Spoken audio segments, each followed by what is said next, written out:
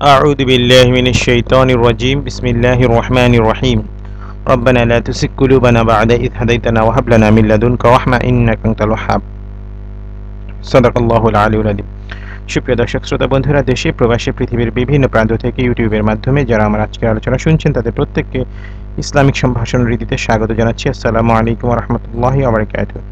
বন্ধুরা, প্রতিনিয়ত স্বাস্থ্য এবং পুষ্টি সংক্রান্ত বিভিন্ন তথ্যপাত্র নিয়ে আমি আপনাদের জন্য ভিডিও আলোচনা উপস্থাপন করি। তারই ধারাবাহিকতা আজকে আপনাদের সাথে শেয়ার করব যে কিভাবে মুখ থেকে বয়সের ছাপ দূর করা যায়।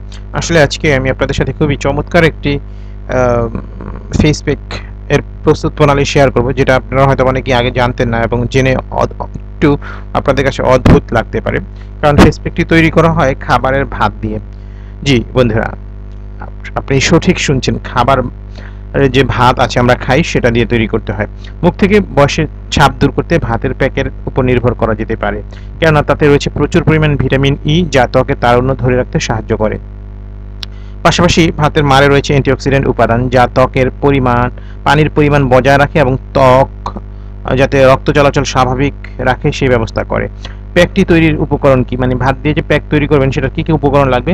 3 টেবিল চামচ গরম ভাত, 1 টেবিল চামচ গরম দুধ ও 1 টেবিল চামচ মধু। প্রস্তুত প্রণালী: সবগুলো একত্রে ভালোভাবে মিশিয়ে প্যাকটি তৈরি করে নেবেন।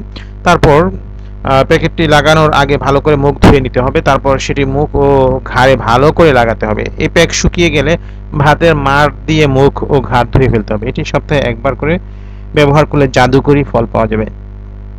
তো অনেকেই হয়তো আজকের এই প্যাকটির কথা শুনে একটু অবাক হয়েছেন। অবাক না হয়ে বরং কয়েকবার ট্রাই করে দেখুন না।